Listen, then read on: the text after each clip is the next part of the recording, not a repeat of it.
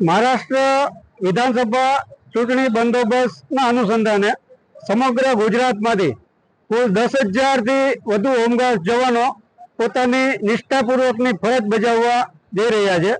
તે પૈકી આજરોજ જામનગર જિલ્લામાંથી મારા નેતૃત્વ હેઠળ 150 થી વધુ જવાનો આજે ટ્રેનને લીલી ઝંડી આપશું।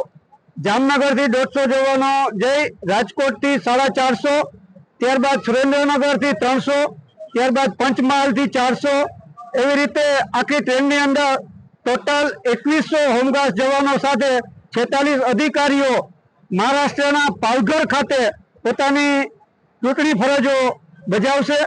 તો મારા તમામ હોમગાર્ડ ભાઈઓ અને મારા તમામ અધિકારીઓને હું એવી વિનંતી કરું છું કે તેઓ પોતાની આ ચૂંટણી ફરજ છે એ નિષ્ઠાપૂર્વક બજાવે અને કોઈ પણ પ્રકારનો અનિચ્છનીય બનાવ ન બને એની ખાસ તકેદારી રાખે અને મહારાષ્ટ્ર સરકારની અને મહારાષ્ટ્ર ગૃહ વિભાગની મારા તમામ સભ્યો વાહ લઈ અને પરત થાય એમ વિનંતી કરું છું। જય ભારત, જય હિન્દ, વંદે માતરમ।